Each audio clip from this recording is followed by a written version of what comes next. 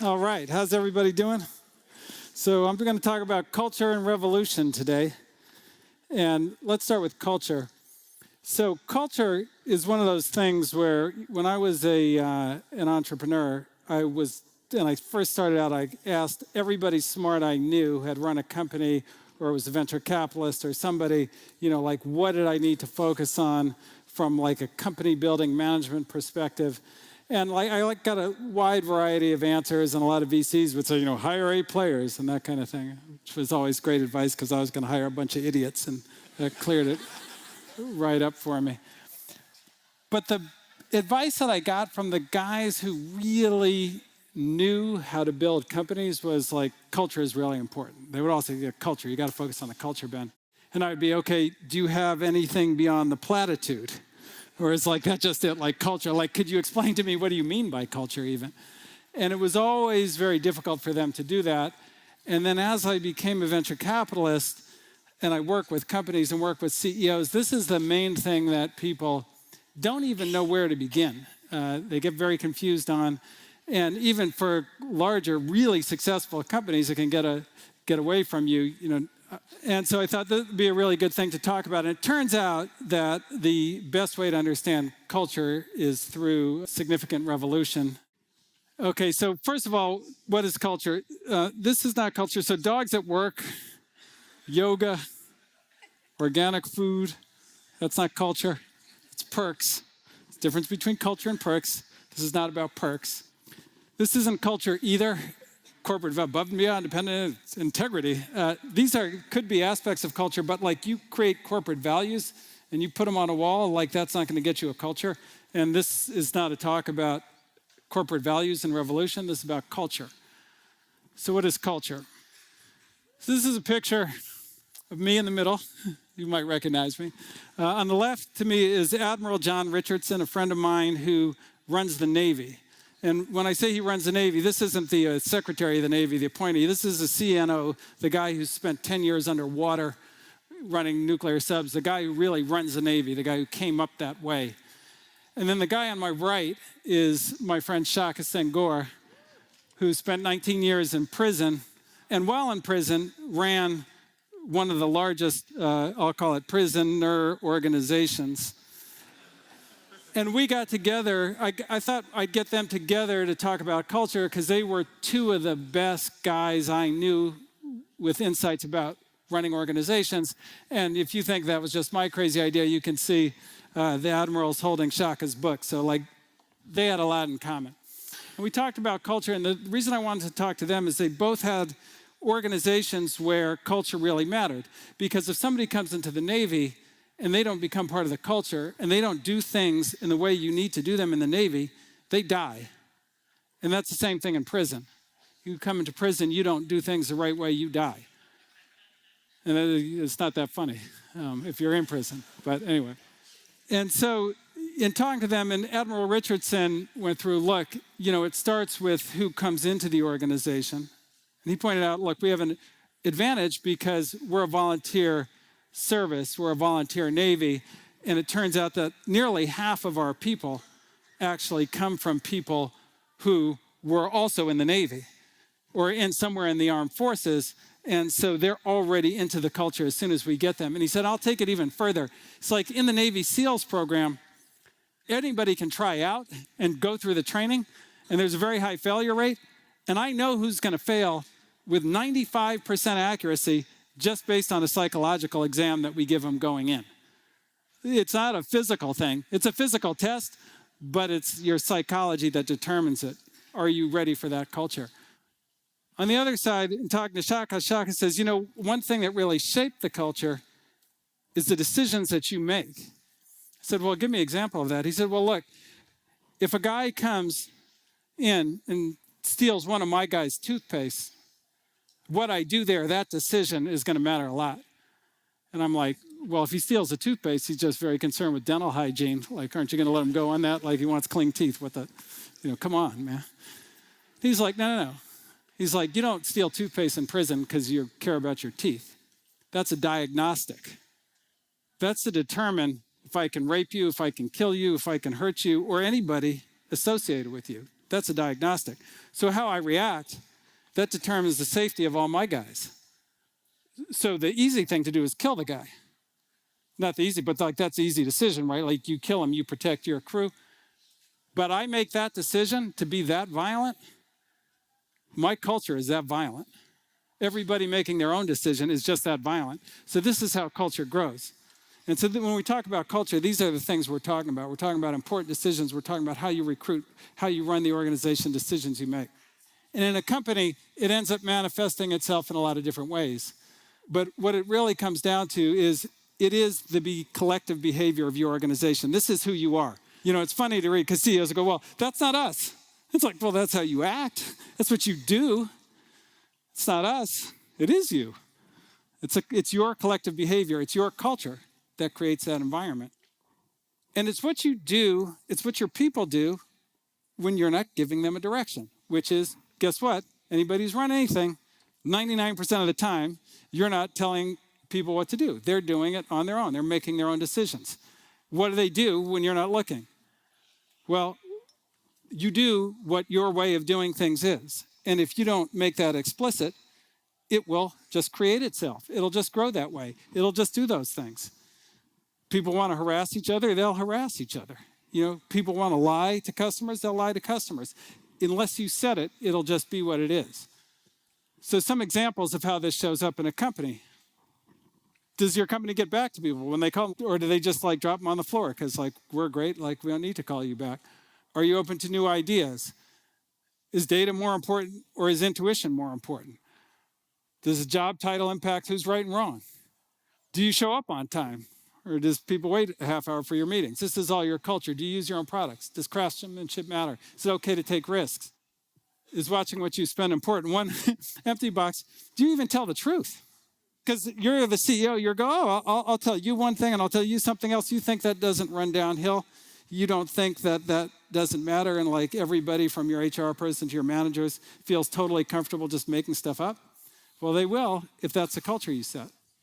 So I know if you were like me and you're an entrepreneur, you're going, okay, great. This is great, Ben. You're telling us all about culture and how important it is. But guess what? Like I already missed half this stuff. I made a lot of decisions. I didn't even know that what I was getting into. So like, is it possible to change? And the good news is it is. And I'm going to take you through a historical example. And this brings me to Toussaint. In the entire history of humanity, there's been exactly one successful slave revolution. One. Now think about that. Slavery's been around a long time, basically all of written history. It's endorsed by the Bible and the Quran. And if you don't believe me, you don't know your Bible, because it's not only endorsed, they have like special rules about it. In 1600, I think, nearly half the world's population was enslaved. And yet there's never been a successful revolution, or there's only been one. So why? Plenty of motivation. Like, why didn't the slaves of the Han dynasty rise up and win? Why didn't the Gauls rise up and defeat the Romans? Why didn't the Christians rise up and take down the Ottoman Empire? Why did Nat Turner fail so fast? Like, what is it that stop every revolution but one from winning? Culture. Turns out slave culture is absolutely detrimental to winning a revolution. What is it about slave culture? Well, one, when you're a slave, your life isn't worth much. You don't own anything. Your relationships are nothing. Your family can be taken away from you at any point. You can't invest in your future, and then you're not even generally allowed to learn to read or anything. So what does that mean? Well, you have then a culture that's got real challenges. You've got low trust. You've got no long-term planning. The population is generally ignorant and superstitious, and there's very low loyalty. And none of this is conducive to winning a war. So how did an ex-slave, a person who was a slave most of his life, well into his middle age, reprogram his culture, reprogram himself, reprogram an entire slave culture, and lead the only successful slave revolution ever? How did that happen? And a lot of you guys are probably engineers and you're going, well, maybe the circumstances of that slavery weren't as bad as the slavery we've read about. So I thought I would read you a little bit about the slavery that Toussaint came up in.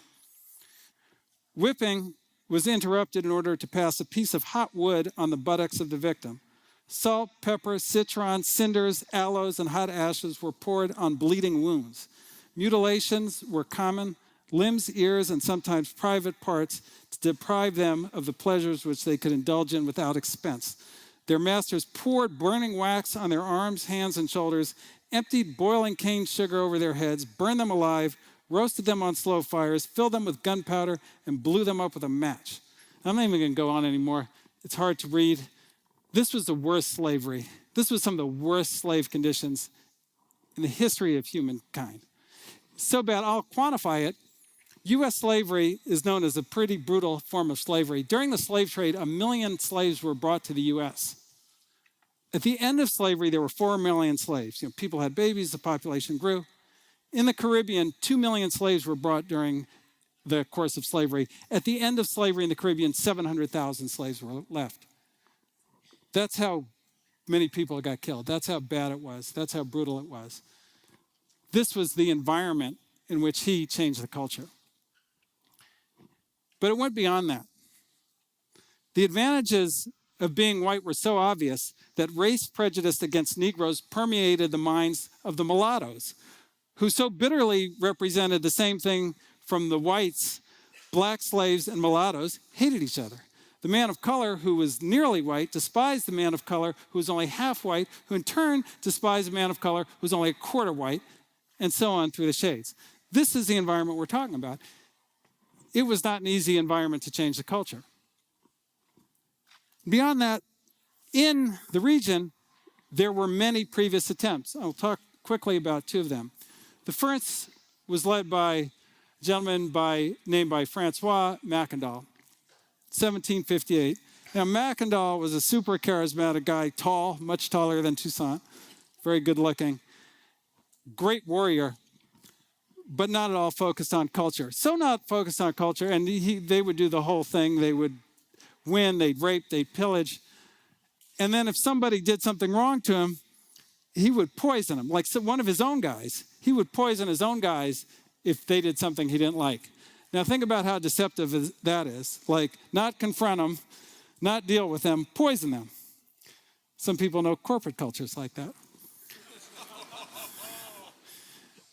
Now, the way this ended for him was his own people turned him over to the slave masters who burned him alive. And so he was actually defeated by the culture he set. The second example, a guy by the name of Vincent Auger, he tried to run the revolution to finesse it. So he said, look, we're going to have a revolution to get equal rights for freed black people, but we're not going to end slavery. And that way, maybe I can get enough white people supporting me that I can, kind of split the baby. I don't have to take an ethical stand. I don't have to take a moral stand. I'll just kind of try and walk down the middle. And it turned out white people didn't really vibe with that. So that didn't work. I'm about to get into how he actually did it, but I want to set the tone because I think this is really important. So if you go to 1797, at this point, Toussaint has already basically running Haiti. And this guy, Vincent de Vaublanc, was lobbying the French government, and because Toussaint's running Haiti, but still a French colony. And he's already freed the slaves. And this guy's like, look, I need to lobby the government because we can't let black people run this colony. Like, that's crazy. And he writes basically the most racist attack you could ever imagine. And he's like, these guys are ignorant and brutish Negroes. They're savages. You can't have savages running the island. They're going to destroy the economy. Like, it's going to be the end. Like, we're going to lose the colony. What are you doing, guys? And Toussaint's response was key because it's indicative of all the things that he did. He said, look, blacks are not lazy and ignorant savages. Slavery makes them so. He separated the color from the culture. The culture was driving the behavior. And then he goes on to show the Haitian Revolution has been less brutal and less savage than the French Revolution was. The economy is actually booming. He proved that it was the culture. So how did he change the culture? There are 4 keys to how he changed it, or 4 keys that I'm going to highlight. There were probably a lot more keys than that. So the first is he kept what worked.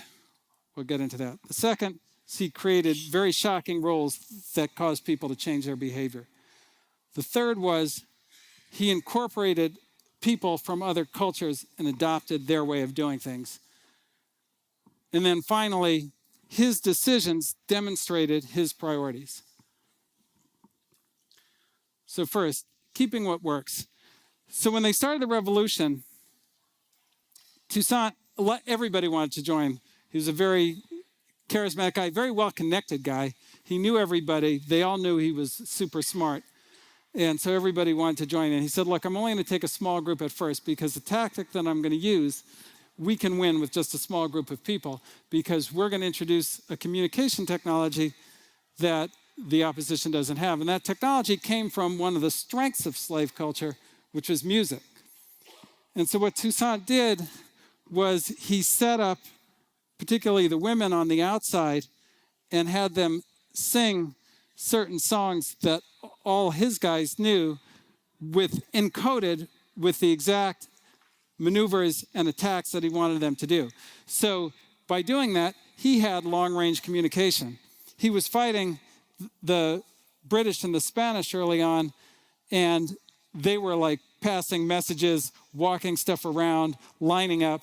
So they had to be all together in the middle, as that picture depicts, because they didn't have any way of communicating with each other otherwise, whereas Toussaint could. He had more advanced technology based out of slave culture. The second thing he did is he created shocking rules. And shocking rules, like particularly when you get into a company, end up being the important thing because people have to question. They have to ask themselves, why does this rule even exist in order to change their behavior? And so the really crazy, shocking rule that he created was officers cannot cheat on their wives. And remember, like everybody is raping and pillaging in these days, like you win, you get to rape and pillage. So how do you go from that to like, I'm not even allowed to cheat on my wife?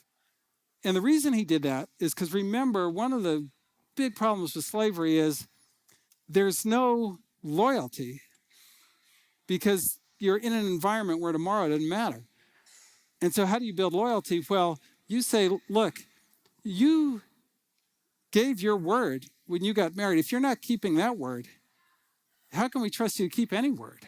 You can't be part of this if you can't keep your word. And he famously said, I'd rather relinquish my command than break my word. And so by saying, look, officers cannot be officers if they cheat on their wives, he made it clear to everybody in his organization that keeping your word, that was one of our corporate values. That was part of our culture. You couldn't play in this culture without doing that. Next thing he did was incorporate other cultures. And so, and this was very unusual because you have to remember, he's running a slave army. He's been oppressed, horrible oppression by the white people on the island.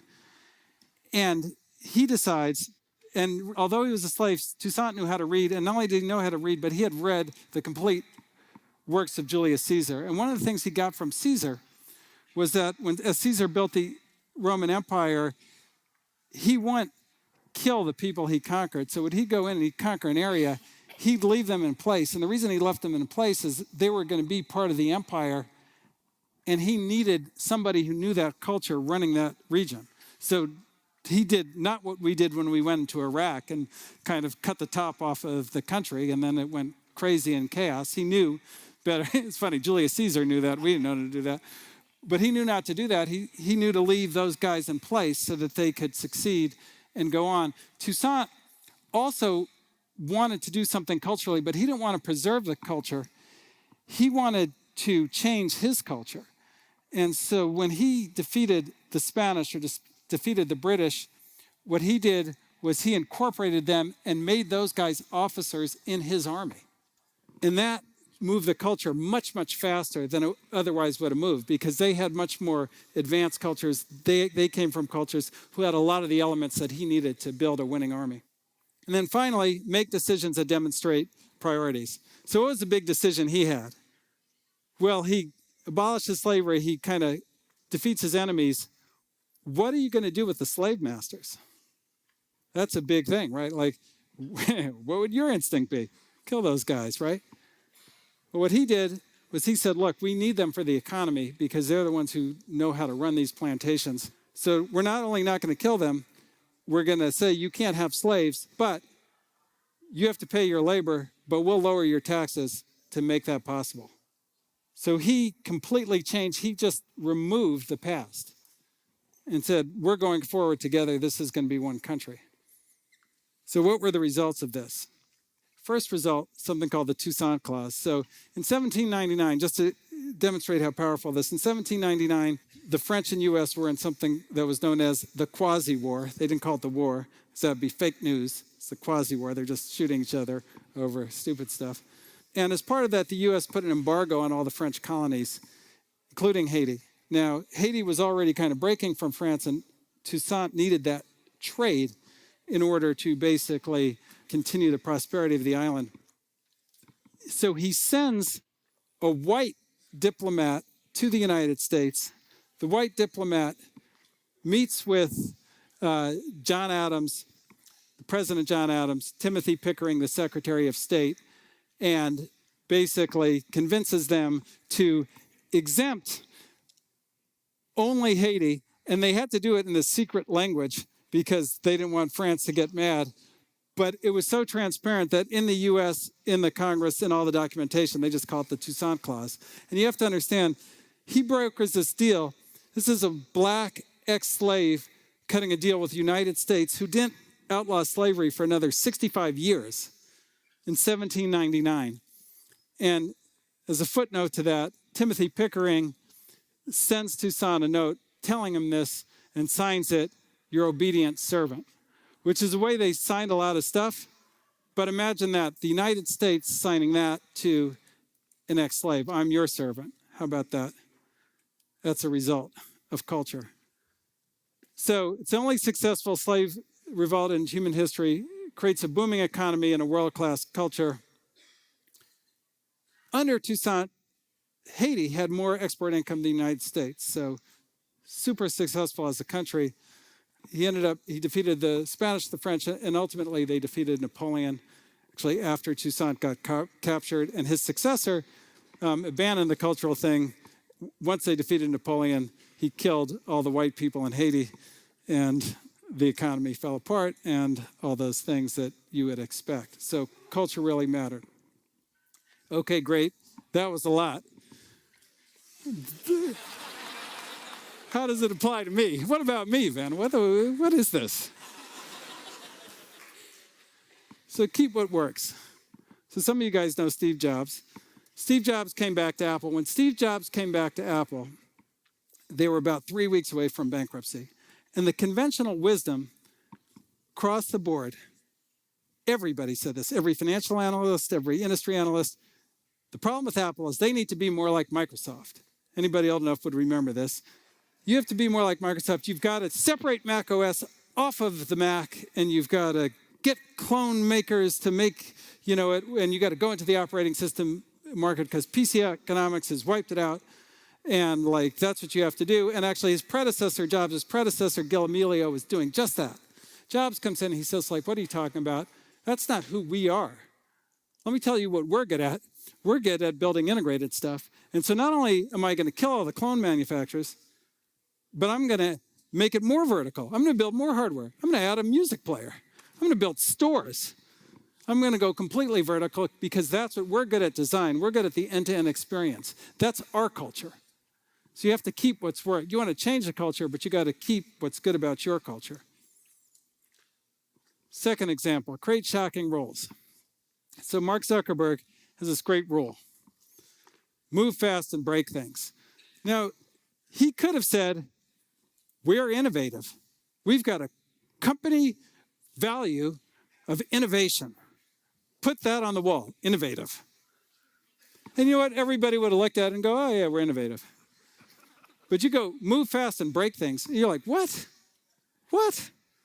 Break things? You want me to break things? I was an engineer. I fix things. Break things. Why do you have that rule? That's the key. If you get your employees asking themselves, why are we doing it this way? Then they're going to think about that answer when it comes. And the answer is innovation is even more important than like breaking things, getting into trouble, quality at times even. Anybody who's a developer on Facebook knows this. Oh, just kidding, that was a tease. I love Facebook. You guys, some of you had some Facebook developers here. But move fast and break things creates that shock value that actually makes them an innovative culture. And if you look at them today, like one of the things they do is they move fast. Like the innovation, the new products coming out of Facebook is astounding because that was their culture. Incorporating outside leadership. This is a funny one. Google they built Google Apps like 5 years before Microsoft really got going with Office 365, and Microsoft ran right by them. Why? Because there was no enterprise culture in Google. None. Nobody would do it. Steve Ballmer used to go to see like CIOs, and he'd go, "Are you going to buy from me or from Google?" "Well, why don't you see if Larry Page will come visit you?" And guess what? Larry Page never visited any of those guys because that wasn't their culture. Their culture was an enterprise. So they went out and got Diane Green. And Diane Green, one of the great enterprise people ever, but this was like an impossible thing to do because she was on the board of Alphabet. She still is on the board of Alphabet. How do you take a board member and like put him under Sundar, under Google, under Larry, and have her run this? Well, you have to be very convincing, and you have to be committed to it. And the final thing, you have to make decisions that demonstrate priorities. So this is Reed Hastings, CEO of Netflix, and this was at our tech summit. And we're asking Reed, Mark, my partner Mark, is asking Reed, he's like, "Reed, so you started out in the DVD delivery business, and then you went to streaming. How did you make that transition? How did you do it culturally? How did that happen?" And Reed said, it's interesting because we started out, the metaphor was it was a network. The DVD delivery thing was a network. It was high bandwidth, we could deliver a lot of big payload, but it was really high latency, 3 days. So no networking geeks, not 3 milliseconds, 3 days. So that was the network, he said. And then we knew streaming was going to happen at some point. We just didn't know when. He said, but we really wanted to be a first-class streaming company, and we couldn't do that if we were totally focused on DVD delivery logistics. He said, well, how did you handle that? And basically, Reed said, well, it all happened one day. And on that day, and DVDs was 100% of our revenue. And we had a whole giant team running that business. And one day I said, you guys aren't allowed to come to staff meeting anymore. He said it was a really hard day. They were really sad. Can you imagine that? The team running all of your revenue is no longer allowed in the executive staff meeting where you're talking about the future and the strategy of the company. That's an extreme decision. Why would you make that? Well, if you're really going to be number one in streaming and you're going to beat all of the people, every startup that's going into it, you've got to make it really clear to the company, that's the future. We're not messing around here. And he did just that. So look, I know that culture sounds abstract and I know it sounds hard, but I'm telling you, just like the old guys told me, it's really important. When you build a company, there's almost nothing that's more important than culture. And if this guy could overcome being a slave for 40 years and completely change a slave culture and defeat the French, the British, and the Spanish and free the slaves of Haiti 65 years before they were freed in the United States, then you can change your company and make it great. So thank you.